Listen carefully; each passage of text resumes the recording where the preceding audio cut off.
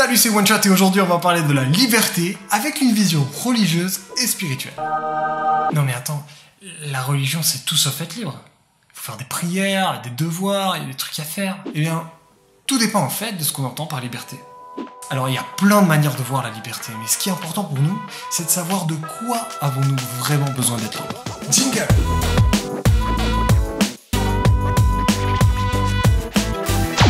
On est d'accord qu'on aspire tous à la liberté. Certains ont payé de leur vie pour l'avoir. Mais aujourd'hui, c'est encore toujours un truc présent en nous. On veut pouvoir décider de notre avenir, on veut pouvoir bouger, voyager, pas faire le même travail toute notre vie. On veut des abonnements sans engagement. On veut être qui on veut, quand on veut, où on veut. Mais quand même, il faut qu'on se demande un truc. Peut-on être libre de tout? Et est-ce que c'est vraiment bon pour nous? On donne souvent cette définition. La liberté, c'est la capacité à agir sans contrainte. C'est sympa comme ça, mais dans la vraie vie, il faut un tout petit peu nuancer. Déjà, l'être humain lui-même a déjà des contraintes. Il a besoin de dormir, relationner, manger, travailler. L'être humain n'est pas libre de tout, il n'est pas autosuffisant, il est par nature limité. Et s'il vit en société, il y a encore d'autres contraintes. Si on veut vivre ensemble, par exemple, il nous faut les droits de l'homme. Ceux qui veulent faire n'importe quoi risquent de se trouver tôt ou tard seuls ou en prison.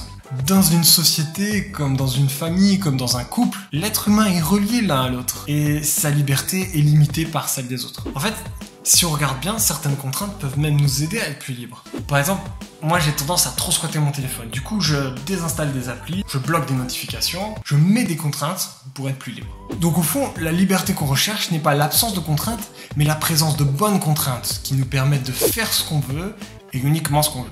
Et en réalité, ce qu'on veut est lié à ce qu'on est, à nos besoins, notre identité, notre nature. On est libre lorsqu'on est dans l'environnement qui correspond à notre nature, à un environnement qui nous donne ce qu'on veut, ce qu'on a besoin. Finalement, on est un peu comme les poissons. Pour qu'ils vivent, les poissons, ils doivent vivre dans un environnement qui est conforme à leur nature. Leur contrainte, c'est l'eau. Ils sont pas esclaves de l'eau, ils sont libres dans l'eau. Mais si on met un poisson sur terre, il étouffe, il n'est pas libre. Si on le remet dans l'eau, il retrouve sa liberté parce qu'il a été fait pour l'eau. Le truc un peu fou, c'est que nous, êtres humains, on a du mal à trouver l'environnement qui correspond à notre nature. Si on regarde bien, on a deux gros problèmes. Le premier, c'est qu'on s'aperçoit qu'on n'arrive pas vraiment à faire ce qu'on veut. On veut la paix dans le monde, on veut la paix dans notre pays, et on se rend compte qu'on n'arrive même pas à vivre cette paix avec les gens qu'on aime, dans nos familles, avec nos amis. C'est quand même un truc de fou. On a comme une lutte en nous qui nous empêche de faire le bien qu'on veut. Et le deuxième problème, c'est qu'on fait des choses qu'on ne veut pas. On ne veut pas penser qu'à soi, on ne veut pas être égoïste, mais au fond, c'est pas possible. Suffit de voir par exemple comment on regarde un album photo. Ce qu'on regarde en premier, c'est toujours nous-mêmes. On veut avoir la classe, être bien présentable. Et on sait pertinemment que c'est cet ego qui fait des dégâts dans les relations. On rêve de liberté, mais personne n'arrive vraiment à faire correspondre notre volonté avec notre réalité. Pourquoi on est comme ça? C'est pas un problème mineur, on est tous en lutte avec ça. C'est comme si on était ce poisson qui était hors de l'eau et qui n'arrive pas à retrouver la présence de bonnes contraintes et l'environnement qui est propre à sa nature.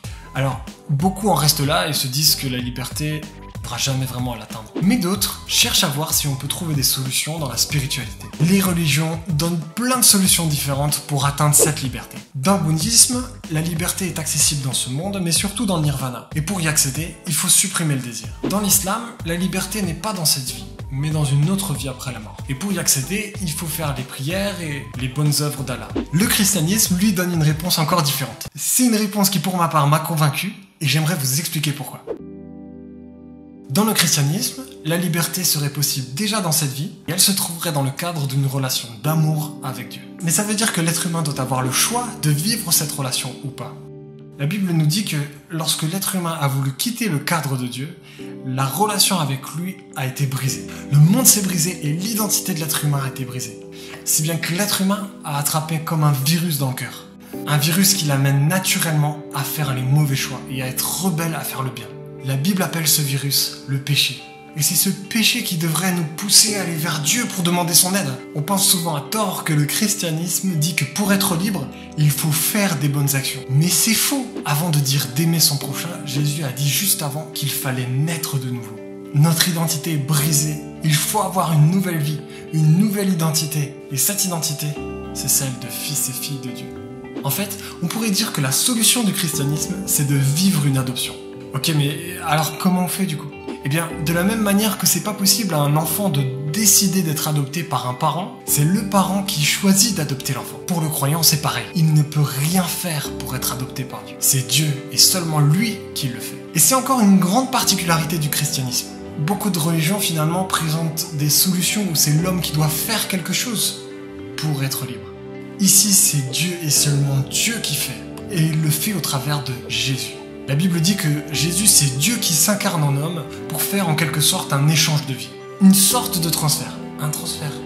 Vous êtes peut-être pas croyant, mais imaginez juste, c'est un truc assez dingue. Dieu, qui est libre à la base, qui est le seul à pouvoir faire ce qu'il veut, quand il veut, où il veut. Lui, il y a plus de 2000 ans, il choisit de quitter sa liberté et de s'incarner dans un homme qui est limité, qu'on appelle Jésus. Mais chose encore plus dingue, c'est qu'il choisit de prendre toutes les conséquences de notre esclavage du mal, toute la peur, la culpabilité, la honte.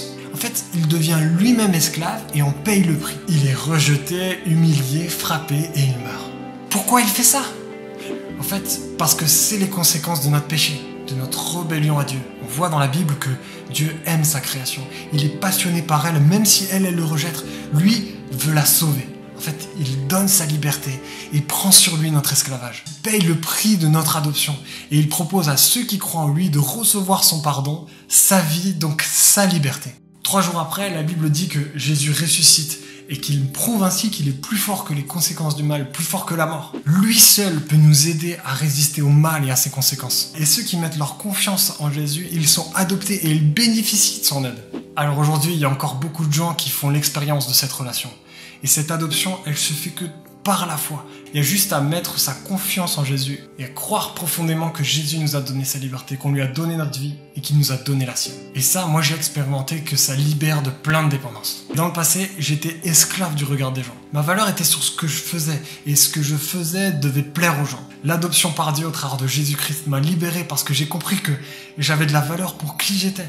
Et pas pour ce que je faisais. Mon identité est devenue stable et son amour de père bon et parfait m'a bouleversé, transformé et continue de me transformer encore. Je goûte maintenant à cette liberté que j'avais encore jamais vécue. Alors, le chrétien reste tenté par le mal, mais il est renouvelé et boosté par cette nouvelle identité. Dieu l'aide à suivre ses commandements et il sait que ses commandements sont bons. Et si les conséquences du mal comme la mort ont encore un pouvoir sur cette vie, le chrétien a l'assurance qu'après la mort, il vivra totalement libre auprès de Dieu. Comme un peu un poisson dans l'eau. Voilà qui donne matière à réflexion.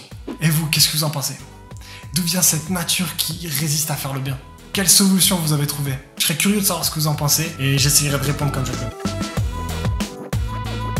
Si vous avez kiffé, n'hésitez pas à liker, partager, abonnez-vous. Ça m'aidera à être mieux référencé. Allez, ciao!